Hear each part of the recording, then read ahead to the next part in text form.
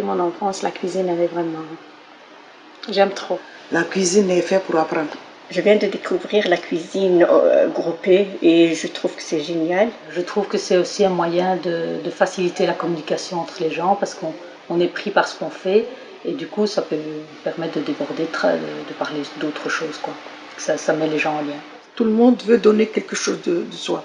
Se donner en travaillant, se donner en être motivé et motiver les autres, de leur dire il faut qu'on fasse quelque chose. Si on a les moyens de le faire, on le fait.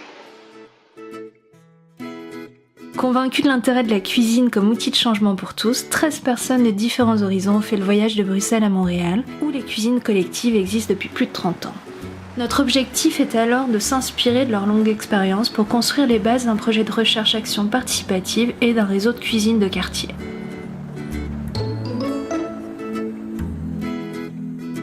Les cuisines collectives sont nées de 3 femmes qui étaient chez eux, qui recevaient ce qu'on appelle des paniers alimentaires parce qu'ils étaient sur l'aide sociale. Ils se sont mis les 3 ensemble pour cuisiner des plats qu'ils ramenaient ensuite à la maison.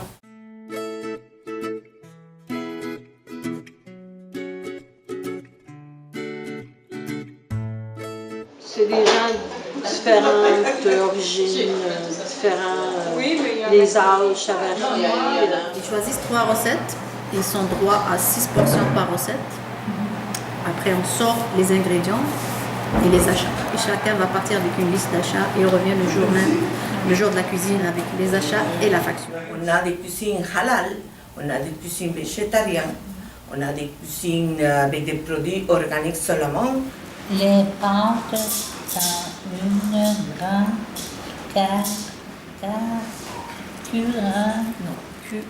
C'est une cuisine collective alpha, c'est ça la particularité. Donc il faut trouver des livres de recettes adaptés qui soient plus accessibles pour la lecture, pour la compréhension. On jase entre nous autres, on se fait des amis, ensuite de ça, on sauve beaucoup d'argent. Ça vient moins cher faire une grosse portion que faire une petite portion.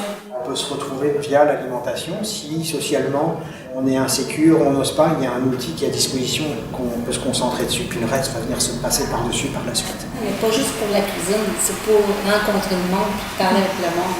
C'est comme une famille, c'est content de te rencontrer, de te voir, d'avoir des bons moments ensemble.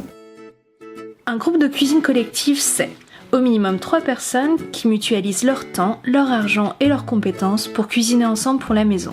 Tout au long des visites, nous avons été fort marqués par cette simplicité, mais aussi par la flexibilité et la richesse du modèle. On peut agir sur plein de dimensions du système alimentaire avec ce concept de cuisine collective.